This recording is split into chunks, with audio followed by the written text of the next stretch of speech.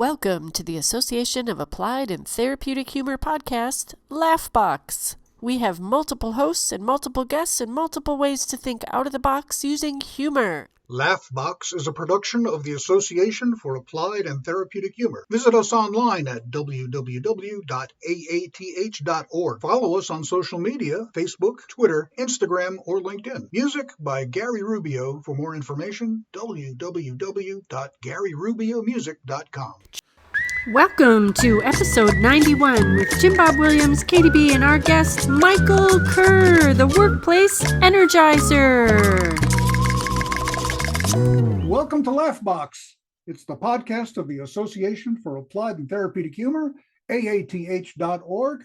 I'm Jim Bob Williams. And I'm KDB. And we have a special guest today. As we record this, it's October 17th, 2022, which happens to be Bosses Day. And we're going to talk to a man who knows a lot about leadership, a lot about organizational culture. There's no better person to talk to about bosses on Bosses Day than Michael Kerr. Michael Kerr at MikeKerr.com. He has been the guru of humor at work. And Mike, I just want to take this moment to thank you, because when I was a young, struggling manager, I happened to come across the Humor at Work newsletter, and I said, "This is it. This is what I need." And I followed your. I've been a follower and admirer for over 20 years, I believe. Wow, you've been stalking me. Pretty much. That's so nice. Thank you. I appreciate that. I appreciate the kind words. That's fabulous. Yeah. And it's true. When I first thought it's like, humor at work, I thought there's a play on words there, because there's humor in the workplace, but there's also using humor to accomplish things. Exactly. You're one of the few people who got my play on words that I intended. So thank you. But, tell us a little bit about how you got into this field. Yeah, I get asked that question all the time.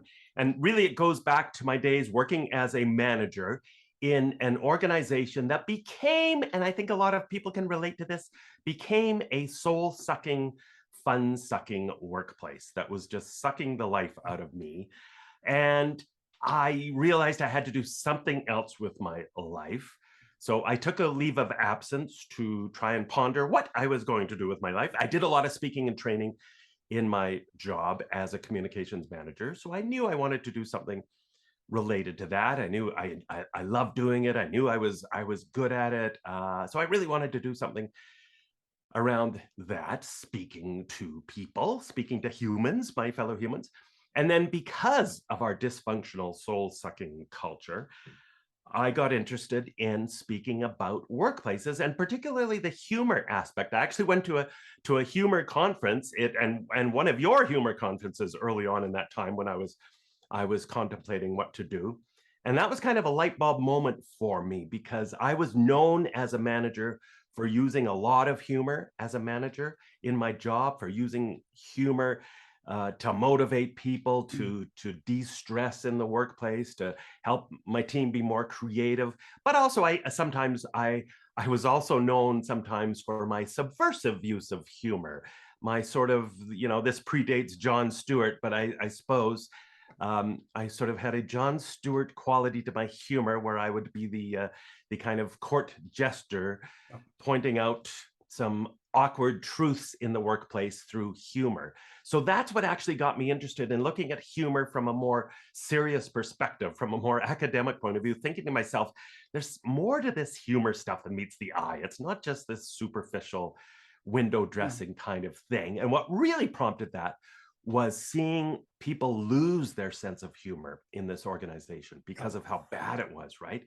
So it was interesting that it was that draw me to this, where I started going, boy, so many of these people used to have really good senses of humor, and now they're not bringing it to work anymore. They're just becoming fun suckers, and there's got to be more to this than meets the eye. And so I decided at that point to make it my mission in life to talk about how work should not be sucking the life out of us, that work is too important a part of our lives, that we should be enjoying our work, that we can use humor to create more effective organization cultures for us as well as individuals to be more effective in the workplace. Recently, you've talked a lot about creating in culture and how important it is for the leader to reinforce, develop, and reinforce and live that culture.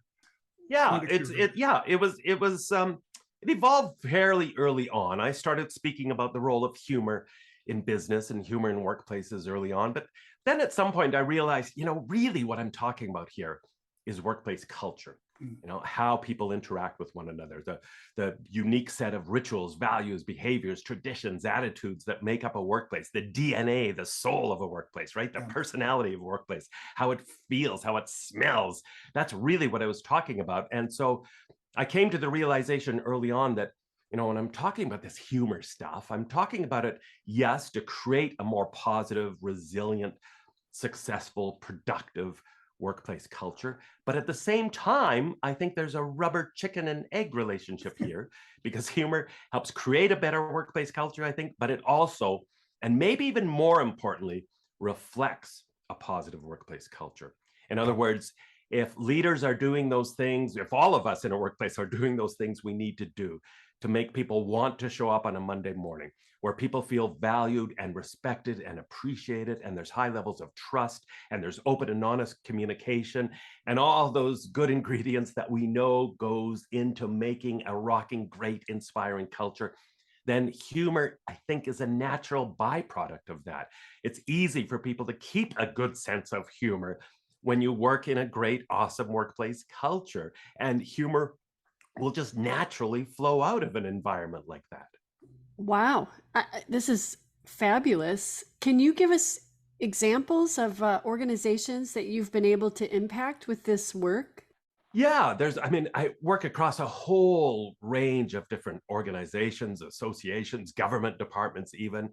So I have some great examples. Now, not necessarily ones that I've impacted, even though I like to think I've impacted a lot in a very positive way, but I also, in my travels, I've interviewed leaders and gone into workplaces all over the planet, actually, looking at workplaces that are known for their great cultures, and especially those that bring a lot of humor into the workplace. So one of many that comes to mind is one here in Canada in Winnipeg called Argus Industries. And they have this wonderful mantra that I just love that we should all steal. And it's simply this: work is hard enough as it is without making it any harder. Ooh. And isn't that great? Yes. I mean, it's so true though. We do all these stupid things. We make these assumptions. We put up jobstacles, right? Obstacles that make it harder for people to do their jobs than we really need to. So they embrace that philosophy. And to them, that largely means, hey, let's make sure we're enjoying the journey. Let's make sure work is fun. And this starts at the CEO level. Mike Easton is the CEO and president of Argus, and he has this wonderful attitude about culture and employees and creating that very respectful work environment. They go out of their way to interact with the family members of employees because they feel like they're part of the support team, which is what I'm finding more and more with a lot of companies, by the way. If you want to have a huge impact on your retention rates, connect with the family members of employees.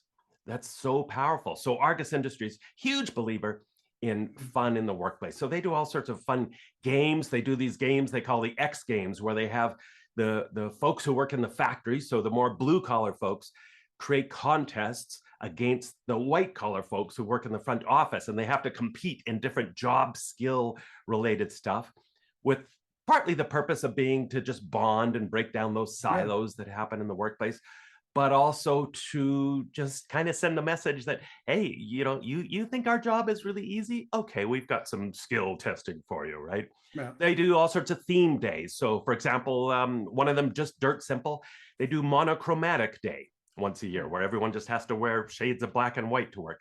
And they do lots of fun rituals and traditions. And one that I talk about all the time is I'm not sure that they still do this, but they certainly used to do this for a long time. Starting on December 1st, an employee would show up at work with a gorilla costume and hide somewhere in the manufacturing plant or in the front office, waiting to scare the heck out of his colleagues while a hidden video camera secretly recorded the frightened reactions of all these folks just screaming their heads off and jumping. And then they'd create a montage video, splice these all together and show it at their year-end party. And it became a huge part of their culture. And so Argus Industries is one of those great examples. They have high levels of fun, yet at the same time, they have a ridiculous track record of growth within their industry. They have virtually a 0% employee turnover rate, which is unheard of. And as I say to my audiences all the time, it's not because a gorilla shows up on December 1st, right? That would be awesome if that was the solution to all our workplace challenges, to just order some gorilla costumes. It's because of what the gorilla represents. It's because that gorilla represents this culture of lightness and this spirit of fun where it's okay to do something that outrageous. And not only are you not going to get in trouble for it, we're going to keep on this tradition because it's a great fun tradition that bonds everybody. That is magnificent. Love it. Love it. Love it. Yeah. And there's and I love finding these examples, right? Because there's just so many just fun examples out there, companies that are doing just so many great things. Another one of my favorites is Beryl Health Call Centers. So I spent some time with them in Bedford, Texas. And I don't know if you know this, but of course, in some markets, call centers, not the best reputation for the best work environment. In some markets, a 400% employee turnover rate, which means I think people are showing up on day one, looking in the window and going, I don't think so. Yeah, not for me, right? But Bedford, Beryl Health Call Centers, totally different. Their employee turnover rate is in the low teens. And they make 5 times the profit of their nearest competitor. And they embrace this enormous spirit of fun. They have so much fun. They have fun job titles. The human resources manager who I interviewed there has the alternative job title, the Queen of Fun and Laughter. They have their employees' kids' artwork up on the walls. They have this giant laugh box in the middle of their call center floor. The CEO has been known to show up at the call center floor dressed in a matador costume on rollerblades just to check in with employees in a fun way on the midnight shift, right? And he is a self-described shy introvert, right? So again, we have to remind ourselves it's nothing to do with being an introvert or an extrovert when we talk about bringing more humor into our lives, into our workplaces. So they embrace this high spirit of fun. And here's an important lesson from them too, and many of these other companies that I've gone into as well. Just because they have this very family-focused philosophy, very positive workplace culture, very inspiring, fun workplace culture, doesn't mean they don't have high expectations for their employees. And I get asked this question all the time, right? Like, well, aren't we just, we're encouraging people to slack off somehow and no work is going to get done? Well, of course, that's not what we're talking about. They have very high standards at Beryl Health Call Centers. In fact, it's incredibly difficult to just get a job with them even, because they make sure they hire people. They're ruthlessly relentless with their hiring practices to make sure they're getting people with the right attitude and who have a good sense of humor already. And they hold people accountable. So it's not about lowering our expectations of people in any way or compromising success, just the opposite, using humor and fun and a bit of levity and humanity to actually drive more outrageous results. What would you say that bosses need to know today on Bosses Day? What do they need to know on Bosses Day? Oh, that's a great, they need to know that, I think first and foremost, just that work has an enormous impact on their employees' lives that goes beyond a paycheck. It's not about just about a paycheck. Work affects your employees' mental and physical health more than you could realize. It affects their marriages, their family lives. It affects their time off. It affects their development as human beings and who they socialize with and sometimes where they live. And it's just a wee bit of a time sucker. It's the single biggest use of our waking hours in this short journey called life. And nobody sitting on the old rocking chair at 103 is going to look back to our work days and think to themselves, boy, if I could do it all over again, I'd be more of a soul sucker. I'd be more of a fun sucker working in a fun sucking workplace. So I think first and foremost, bosses need to embrace the notion that work has this enormous and very personal impact on people's lives, and your role as a boss, you have a disproportionate impact on your employees for better or worse. And everything that you do as a boss, everything you do either adds to your workplace culture in some positive way or detracts from your workplace culture in a negative way. And often that's stuff I think that as leaders, as bosses, as managers, that we do inadvertently, right? We're not necessarily doing that. We get busy, we're stressed out, we forget to be a little more thoughtful than we should have been, or to take the time to connect with our employees the way we should. You know, I wrote a few months ago about this fascinating study from Harvard Business Review that was reported in Harvard Business Review that talked about the number one indicator of success of future leaders, or the number one predictor of what made a successful leader. And what they found was it wasn't what we might expect it to be. So it had nothing to do with intelligence or the ability to be eloquent, as I stumbled to find my words. It had to do with, and the term they used in this study, and I love this, was they were positive energizers. And they didn't mean this in some, new age kind of way, just that they were people who brought positive energy to their people in a positive way. And the litmus test for me, right? Pretty simple, but are you the type of person that people are happy to see walk into a room versus happier to see leave the room? Yes. And so that was it, right? They were just positive energizers. They made people feel good about themselves. They took the time to connect in an authentic, genuine way and listen to their employees, and to demonstrate compassion and build trust, and to care about the 24-hour employee, the 24-hour human being that shows up in their workplace, and not just treating them as a widget on a factory line. Yeah. In championship teams, a lot of times the factor is the morale, the clubhouse atmosphere. Right. The players are playing jokes on each other and the coaches. And I think like it was Don Baylor with the old Baltimore Orioles. He used to have a kangaroo court where after the game, he'd issue fines to players, who missed a sign or something like that. But just kept the clubhouse loose, and that was reflected in the success of the team. Oh, yeah, I love that. It's so important, right? And I think this is one thing we have to remember.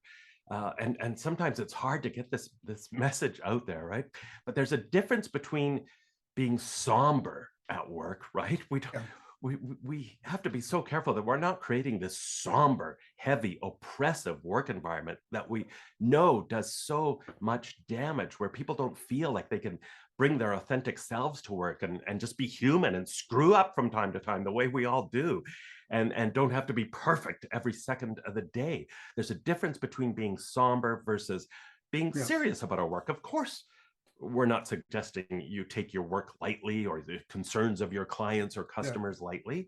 We have to take our job seriously, but it doesn't mean we have to, again, take ourselves so seriously or create this environment of over somberness. Is that a word? We could make it a word. We'll make it a word. It's a word. Yeah. Over somberness. Why not? I love it. It's perfect. Yeah. The best bosses are quite simply bosses that care about their employees, I think. Right? That have that mindset of that, we've all heard the phrase leader servant, servant leader, servant leadership, where you're leading your employees, and your job as a boss, as a leader, isn't to create more followers. It is to create more leaders, right? And that's the ultimate job of an effective, inspiring leader. Is and leader servant, I'm sorry to interrupt. Is leader servant still, is that still current? I think it is. Yeah, it's certainly still relevant. I think it's got to be part of the equation for sure, that leaders are serving their employees, that their job is to build more leaders. In fact, I love how some organizations have the mantra, we are leaders leading leaders, because they recognize that leadership happens at every level in their organization, and that our job is to develop those leadership skills no matter where you are in the hierarchy or what you do in your company. And obviously, if you want to rock it in your business, rock it in your workplace culture, the more people you can get embracing a leadership mindset on their teams, then I think it makes sense to me you're going to be more successful. But I think, back to what makes the best leaders, they demonstrate compassion. They get to know their employees. They build trust. They bring their sense of humor along for the ride. They don't take themselves too seriously. So just all those elements. And so much of that to me just boils down to just being human, right? Just Yeah. being more human and being more authentic. And as one of the most powerful things you can do as a leader, in fact, is to own it when you screw up as a leader, and own it in a fun way, right? Put on your little bone. I don't have it handy, but I have a little bonehead thing that I sometimes use, a little bonehead prop, to remind us of how we have to own our bonehead plays and admit it. And when you do that as a leader, it builds trust. You come across more authentic, and people admire you for it. It's not a weakness, it's a strength. I mean, I lived and suffered through a number of management systems, leadership by objective, matrix management, Six Sigma. We had a number of, flavors of the month that would come through in the companies that I worked for. But respect for other people and humor can be applied no matter what. Yeah. Yeah, absolutely. And it's timeless, right? It's never those basic principles: respect, trust, compassion, humor. Those aren't going to go away. They're not gimmicks, right? We can build those into any kind of management philosophy or approach that we take, I think. But they have to be front and center. And of course, that means too, as I always stress, when we talk about values, and humor is a value, right? When we talk about values that we bring into the workplace, I always remind people, and sometimes I'll do this too, when I have a mixed audience, say an association where there's people from different companies there. Sometimes I will dig out their value statements and point out that a lot of them have the exact same list of values. Yes. Right? The exact same words. So what is making one company rocket and another company a soul-sucking, fun-sucking place to work? Well, of course, it's those cliche sayings: actions speak louder than words and talk is cheap. So the leader's job, the top executive's job, the manager's job is to make sure those suckers actually mean something, that they translate those values into observable behaviors and actions and attitudes, that they model them, and that they hold people accountable for them. And yes, they celebrate success when people are living up to those values. But we have to turn those into meaningful things. As I always jokingly say, you look at a value like teamwork. Oh, we believe in teamwork. Well, isn't that nice? Now, do you think anybody is going to apply for a job in your company and say during the job interview, I want you to know I'm not a team player. I've got some anger issues, don't really care for humans, maybe put me in the basement somewhere, or safe work environment, right? Yeah, we believe in safety above all else. Is anybody going to say, yeah, not for me, I'm a bit of a daredevil, right? Of course not. So what we have to do is make sure these suckers actually mean something in real tangible ways. I spent some time with a company in Copenhagen, Denmark, AATH, and they had just undergone this culture relaunch initiative where they came up with 4 new value statements, all with input from their employees, always a great idea. And one of them was a spirit of fun. And so they did this very simple exercise to bring their values to life. They did this, what I would call a values blitz. So what they did, 1 value per week.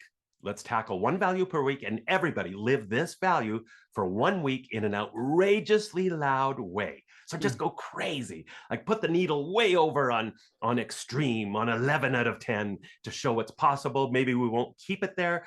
Maybe we can't sustain it at that level, but for 1 week, let's see what we can do, so that we kind of internalize that value. Then week 2, value 2, week 3, value 3, week 4, value 4. Then they cycled back to the top after only about 6 months. And how powerful is this? Everybody working in that company agreed with the statement, I now work for a brand new company, because they brought those values to life. Wow. I love that. The pandemic created this situation where a lot of organizations realized, quite frankly, they can't get away with doing things the way they used to do them, that they can't get away with business as usual, that people's expectations are changing. We discovered during the pandemic, a lot of people did that. Well, maybe I have different priorities now. Maybe my health matters to me. Maybe I don't want to be stressed out anymore and working 70 hours a week. And my family is important to me. And I've got these other priorities. And so I need to reassign things in my life and reassign my priorities and look at my relationship to work. And so for a lot of companies, I think it was a bit of a wake-up call where they realized they had to start doing things in terms of their culture and how they were connecting with their employees that they should have been doing all along. So that I firmly believe. I also believe that this is a great opportunity for a lot of organizations, because as people talk about the Great Resignation and all these people, releasing themselves potentially into the wilds, this is a great opportunity for those companies that do have an incredibly forward-thinking, family-first, employee-first, fun, positive workplace culture with really inspiring values. It's an opportunity for those companies because a lot of those employees in the Great Resignation, now some of them are deciding to just retire early and maybe pack it in permanently, or they're deciding they're a couple and we can live off of one salary. We don't need both of us to be stressed out. We're going to make it work. But for those employees that are still out there looking for jobs, well, of course, then this represents a huge opportunity for companies that get their culture right to attract great employees. And so I would encourage organizations to look at this as a brilliant opportunity to become the hunted. And if you are known as a great organization, if you are known as a great culture, we know that is what happens. You don't have to worry about tight labor markets. You don't have to go scrounging around for employees because employees come to you. You look at companies like Southwest Airlines or Zappos, and the number of people that apply for jobs when they have job openings there is just crazy, because they've earned that status as a great place to work. So then you don't have to worry about tight labor markets, and you're in a position. And this is the mindset that companies have to adopt too, by the way, when we're hiring employees, is if you want to, as presumably everybody does, hire and attract and hire and recruit the best possible candidates for whatever that job is. Doesn't matter what the job is, but the best possible candidate for that job, then we have to flip that around and remind ourselves, if they truly are the best possible candidate for that job, then they have all sorts of options. They don't have to come and work for you. They've got a dozen other options. So you need to sell them as much as they need to sell themselves on you as to why you should hire them. You need to sell yourselves as to why you should be a great place to work, why you are a great place to work, and why you should come and work for us. You have to champion your culture. We know what drives success in private companies versus government versus nonprofit. It's the same factors, it's the same ingredients, and this stuff works everywhere. This stuff works across any industry. I don't care what industry you're talking about, how serious the industry is, how serious your job is, and whether you're nonprofit or for-profit, the fundamentals are the same. And everybody, even if you're in a nonprofit, you're competing still in some way. You're competing for people's attention. You're competing still for good, if it's government, you're competing still for good employees and to want to retain good employees. If you're a nonprofit, say charity association, you're still competing for attention. You're competing for eyeballs. You're competing for good volunteers. And so those same values have to rise to the surface. And again, infusing those organizations with high levels of fun perhaps is even more important in some ways. That's right, because you can't compensate with salary or benefits. Right. Yeah. That's right. So you have to, and I say that to for-profit companies, one of the things we should aim for is to get employees to forget about their paycheck as much as possible. Let's pay everybody fairly, or as I say, in an ideal world, a little bit more than fairly. Wouldn't that be nice if we could do that everywhere? But then work to create the kind of culture, be the kind of leader where your employees forget that they're there just for a paycheck. And as I say, anyways, in those situations, the vast majority of people out there, they can't do much about those levers of pay with their employees anyway. So they don't have that at their disposal. So they have to focus on those things that they can control. And as you say, in nonprofit sector, then if we're trying to work with volunteers, then you don't have those levers of offering bonuses or money or a raise. So you have to really, really be intentional about making sure you're inspiring them with those values, that you're practicing the important stuff around recognition and praise and thanking employees and your volunteers in fun ways, and making it a meaningful experience for them, and connecting them to a sense of purpose, which we know from so many studies is one of the biggest motivators there is out there. And as I say too, right, when we talk about losing employees, I think we have to take this mindset that every organization is going to lose employees or lose volunteers for the right reasons, right? Yeah. And when it's the right reason, we want to encourage them. We want to support them. We want to help them in any way we can. A right reason might be that, well, they've decided to go back to school and get a degree or get their master's degree, or they're going to open up a taco shop in Bora Bora. That sounds like a right reason to me, right? So we want to wish them well and encourage them well. But we have to make sure, though, we are relentlessly doing is not losing our employees, not losing our volunteers for the wrong reasons. Yeah. Because there's a huge, huge expense to that. There's a huge amount of stress that goes along with that, and all sorts of hidden costs that go along with that. So we cannot afford to lose people for the wrong reasons. You've attended an AATH conference, yeah? I have a few of them, yes. And so you know the term humor doomer. Is that Actually, familiar? you know what? I don't know if I don't know if I have heard that term. Is it a newer term? Humor. I love the term. It comes from Is this like a fun sucker? Yes. It comes from, it's a joy sucker, it's a fun sucker. It's the person in the room who takes the energy away, who doesn't laugh at a joke, who doesn't allow humor. So I was going to say, in those cases, do you have a methodology to turn around the humor doomer or the fun sucker in the room? Well, it's a challenge, and I get asked that question all the time. And so always I circle back to, as a starting point, I always circle back to remind people. Now, obviously, it's too late in most of these cases, but I do remind people again, this is why you want to get your hiring right and invest in your hiring. And whatever you're doing right now when it comes to recruitment and hiring, quadruple it. I know successful, in fact, one of my recent books I wrote, it's a very small book called Hire, Inspire, and Fuel Their Fire. It's all about hiring people for their attitude, for their sense of humor, for a culture fit.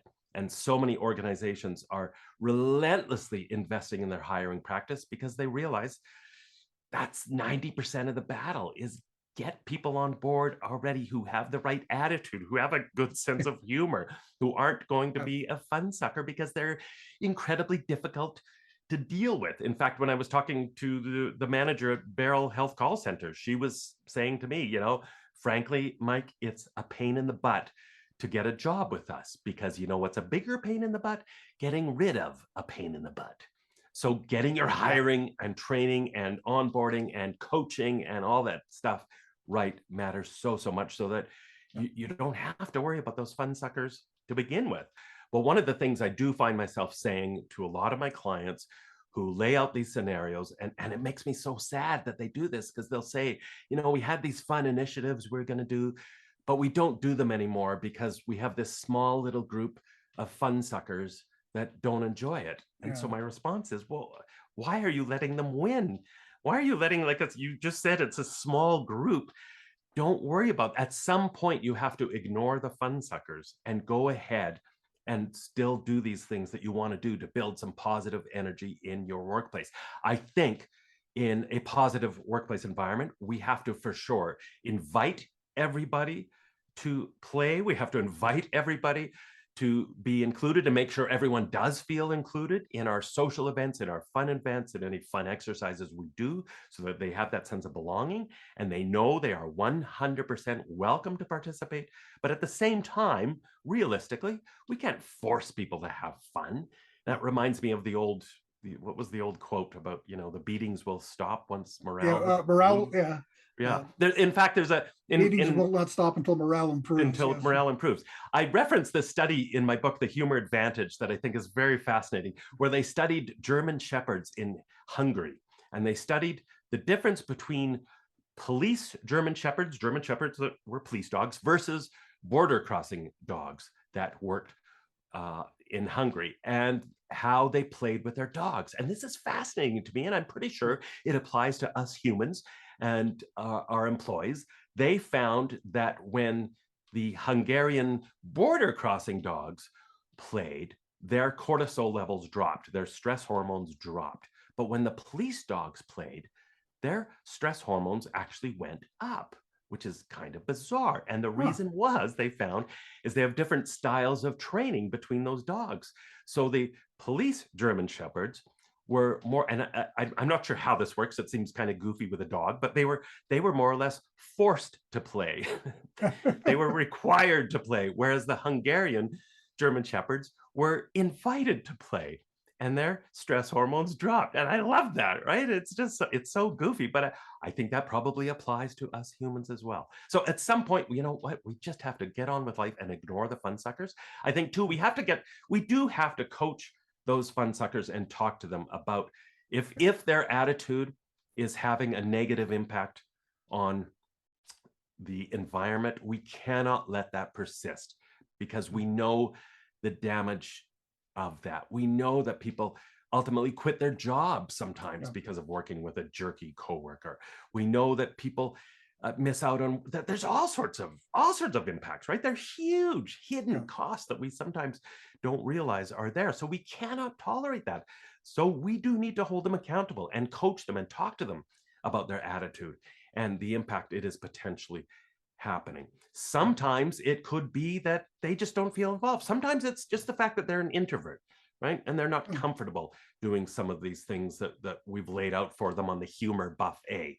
So one of my suggestions too is to invite them to get involved in your planning. So invite them on the inside so that they can offer their perspective and maybe come up with some options that the introverts will be more excited about getting involved with, right? And not feel so intimidated. I think that's great, because getting involved in the launching aspect of it allows someone to have a little bit of control and a little bit of an opinion and feel like they're part of creating this, being maybe the boss or somebody, you know, that's in a position of authority, instead of feeling like it's being dropped on them. Oh, now you have to be funny. Yeah. You know, that they actually get to build part of it. Exactly. And you know, you're talking about what's called the IKEA effect, which is this phenomenon, right? That in fact, this is probably like a 20-year-old bookshelf I have behind me in the window. It's an IKEA. And I'm sure when I bought it, I probably cursed at the instructions, couldn't figure out how to put it together. It probably sat there for 2 weeks in a box. And then I finally, wrestled with this thing, probably had a few pieces left over when it was done. But, did I end up liking it more? Because I had to build them myself, right? So that's called the IKEA effect. When we get people involved at the beginning, then of course they have way more ownership. One thing I found is if an employee was reticent to get involved, there usually was a reason why. Mm-hmm. And until I found out what that reason was, why are they laughing at my jokes? How can they not do that? But then you sit there one-on-one with them, and you say, well, they've got a relative with cancer. They're in the middle of a divorce that you didn't know about. Exactly. There's something below the iceberg, right? And having those one-on-one conversations is so important. In fact, I'm a huge believer in this. I think workplaces have to have way more honest and open conversations and fewer meetings. Yes. The more, the quality of your workplace culture will largely be dictated by the quality of the conversations you have with your employees, between team members. And so you're spot on, getting to what is there an underlying cause going on? And very often there is. And so of course, if we can get to the root cause of this. And I will say this too, as a speaker, and I'm sure we've all experienced this. In fact, I was just speaking yesterday. I was doing a keynote yesterday, and it was the classic case where I keep looking at this guy who's the closest to me in the audience. And I swear the entire time I spoke for an hour and 15 minutes, I don't think he smiled once. like the rest of the audience was laughing and smiling and engaged. And I keep, I keep glancing over and going, okay, like he's not enjoying himself here. His face was just like a rock, no laughter, no smiling. After the talk, though, he comes up to me and he says, oh my God, that was hilarious. That was so much fun. Thank you so much. And I'm going, could you have, maybe told your face? Because I was sitting there thinking that I was sucking this whole time. And so we do have to remember that sometimes, right? That sometimes, and my wife reminds me of this all the time, that, you just never know. Sometimes people just don't, they're still with you, but they're not very expressive with their laughter or their facial expression. Everybody has stuff going on. And to remember that we're all human and we've got stuff. And if we can trust each other to talk about it, you find support, you find something maybe you need at work. Where is the peace and joy in our workplace?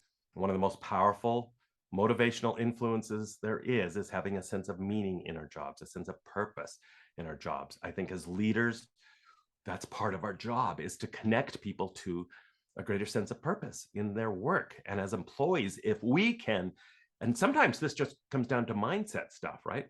Just looking at our jobs in a little bit of a different way. I love the work that Yale professor Amy Wrzesniewski does on the importance of meaning and purpose in people's jobs. And her one classic study of cleaners in hospitals that shows how, on one end of the scale, people doing the same job, right? And I always point this out to my audiences too. You fly on a plane, for example, and you look at the flight attendants and you think to yourselves, okay, same airline, same workplace culture, same duties, probably pretty close, same level of pay depending on seniority.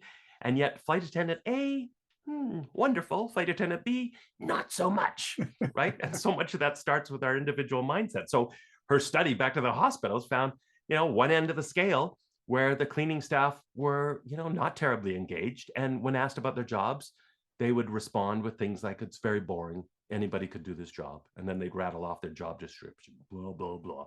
But the other end of the scale, they would talk about how, job of a cleaner in a hospital is essential. Like, we save lives. It's important to keep our facilities clean. And what I love about my job is connecting with the patients and the small things that I can do with the patients when I have a few extra time.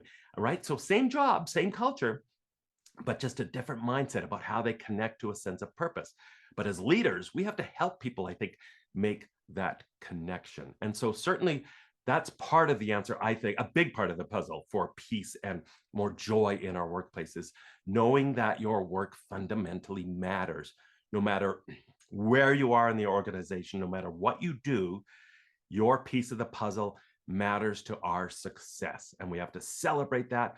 We have to connect people to that ultimate sense of purpose. One of my clients, and I love this, they have a purpose hallway.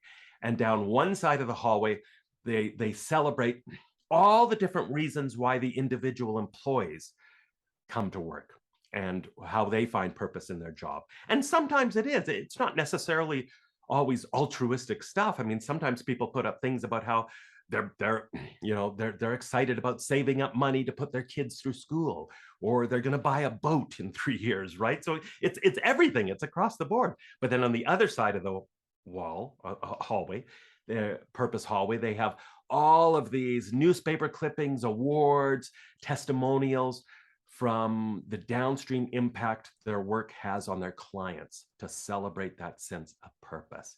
And I think that certainly is a huge part of the equation in terms of finding that peace and joy at work. And then again, it comes back to some of the things we've talked about, knowing that you are valued, knowing that you can be you're in a trusting work environment. Trust for me, perhaps more than anything, right? If I go into a workplace where I know my boss has my back and my colleagues have my back, then that, of course, is going to give me a huge amount of peace of mind and joy in my life to know that, hey, I'm working with people that care about me as a human being. And I know that if I get into trouble, they've got my back. I don't have to be overly worried about anything.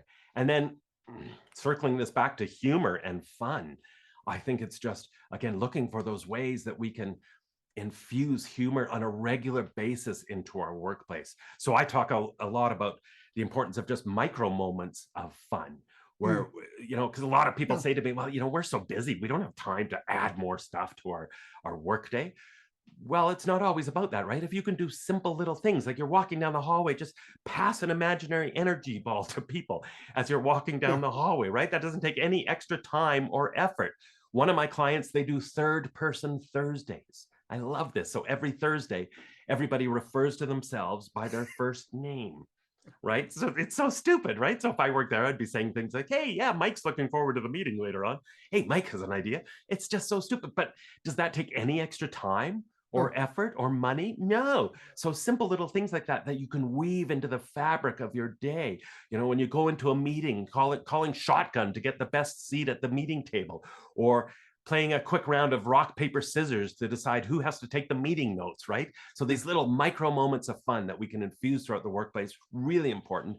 And then if we want to keep this going on a regular basis, I think committing to some rituals and traditions at work is so important. Rituals and traditions give everyone something to look forward to, something to reminisce about, which helps boost our levels of happiness, we know from research, and it helps strengthen our cultural identity. It helps create those moments of shared history in our cultures, in our workplaces. So there's no end of fun rituals and traditions we could do. Maybe it's something to kick off the work week in a fun way on a Monday morning that gets everyone rallied up. Maybe it's a Wednesday hump day ritual to help people get over the hump, or a Friday afternoon huddle where you review the top 3 wins of the week. Maybe it's celebrating those wacky theme days, or your own made-up theme days like third person Thursdays or the gorilla ritual. Whatever it is, those rituals and traditions are so important. And almost every organization I've interviewed has talked about the importance of rituals and traditions in helping them build a positive, joyful work environment. The future of work and the future of humor at work, I think it's trending in a positive way for the most part, right? Yes, of course, there's still enormous challenges out there in a lot of organizations, especially in different countries, especially in different sectors. But the trend is positive, I think. I mean, even if you look back at the last 20 years in terms of just the topic of humor in the workplace. I mean, when I started speaking about this, there weren't all that many people talking about humor in the workplace, right? Now there's a lot of people talking about it, and it's become an acceptable part of our language even, which I don't know that it was 20 years ago, right? So that even says a lot. I mean, you look at speaker bureaus, categories of different types of speakers, and now sometimes humor is listed as a category, whereas it may not have been 20 years ago. So I think there's better understanding of the importance of humor than there's ever been. There's certainly, I think, better understanding of the importance of culture like never before. I think, again, organizations are speaking about culture, are concerned about their culture, are creating positions such at which we wouldn't have seen 20 years ago, culture champion positions in their organization, culture leaders in their organizations, director of culture, all these jobs with culture right in the title at the C-level suite. So that certainly would indicate that organizations are understanding that it matters like never before, and that there is a payoff to investing in culture, and that part of that equation has to include humor and fun and humanity. So in terms of the biggest possible picture, I see the trends as being very positive, and I don't think we're going to go back, because I think, frankly, employees of all ages aren't going to tolerate things that maybe they would have, or we would have as a society 50 years ago or 40 years ago, or even 20 years ago now, as priorities shift. You like to tell people about a new book, tape, point, or cheesecake? Cheesecake. Yes, I have my own line of cheesecakes products that I'm now launching next week. Thank you for the plug. I appreciate that. Yes, Michael Kerr cheesecakes. Yes, will be available. Humor at Work cheesecakes. Oh, that would be very cheesy, wouldn't it? My 3 most recent books. One certainly relevant to our conversation today. The most relevant probably is The Humor Advantage: Why Some Businesses Are Laughing All the Way to the Bank. So thank you for that. That's very much about culture and the importance of workplaces and organizations embracing a spirit of fun and humor at work. Hire, inspire, and fuel their fire, which I mentioned, which is about hiring for culture. And then my last book, which I had a lot of fun writing, it's a fairly quick read, called The Jerk-Free Workplace: How You Can Take the Lead to Create a Happier, More Inspiring Workplace. And although it's targeted for any person in an organization, so that it's very, very relevant for senior leaders even, the intended target of this book is actually frontline employees, with the message being, how can you not just be a jerk, because that's one end of the spectrum, right? We want to stop people from behaving like jerks at work if we're going to create a happy, fun-filled workplace. But ideally, we want to move them along that scale, along that spectrum, so that they step up as frontline leaders. So it's really a book about frontline leadership and just what that means to be a leader on your team as a frontline employee. My website is www.mikekerr.com. That's MikeKerr.com. You can hook up with me on LinkedIn. You can find me on LinkedIn. I have a YouTube channel, Inspiring Workplaces, on YouTube, so you're welcome to subscribe there. I've got a weekly newsletter that I send out about inspiring workplaces. I think Jim Bob was kind enough to mention that early on. So lots of ways to connect with me. And if anyone wants to reach out by email, mike@mikekerr.com. I want to thank you for making my work life tolerable. We need to keep selling the benefits of this. And I know time and time again, my clients, my audiences, once they hear these stories after stories after stories and see it actually, so it's not theoretical, they see it being put into practice and the phenomenal results, then they're far more willing, of course, to embrace it. So I think we do have to keep championing it. So thank you. Mike, I just want to thank you. You've been an inspiration. The workplace is a lot better off because of you. Well, that is very, very kind of you, Jim Bob. Thank you. I appreciate those words. That's very kind. I feel incredibly fortunate to be able to do what I do. I still love doing what I do, and I think for everybody listening out there, keep plugging away, keep doing it. It's an important message that the world needs now more than ever. Not just the workplace. The world needs this message more than ever. And I talk about this may sound cheesy a bit, but I honestly believe if you want to create a better world, starting one workplace at a time isn't a bad place to start, because workplaces have such an enormous impact on our world, on the environment, on social aspects in our communities, on families, on employees, right? It affects so many different things. So if we want to create a better world, let's create better workplaces, and let's share humor everywhere and anywhere we can, because we know when done right, it is a force for good. It is a positive force for good, and it is, I honestly believe, one of the most human characteristics of all. Oh, that's so good. Amen. Michael, thank you so much. It's a pleasure meeting you. Oh, likewise. Pleasure to meet you both. Thank you so much for this time. Thank you for being with us for episode 91 with our guest, Michael Kerr, the Workplace Energizer. Thank you so much. We'll see you soon. Thank you very much. This has been Laughbox, brought to you by the Association of Applied and Therapeutic Humor. Thank you so much for hanging out with us. Laughbox is a production of the Association for Applied and Therapeutic Humor. Visit us online at www.aath.org. Follow us on social media, Facebook, Twitter, Instagram, or LinkedIn. Music by Gary Rubio. For more information, www.garyrubiomusic.com. And we'll see you next time.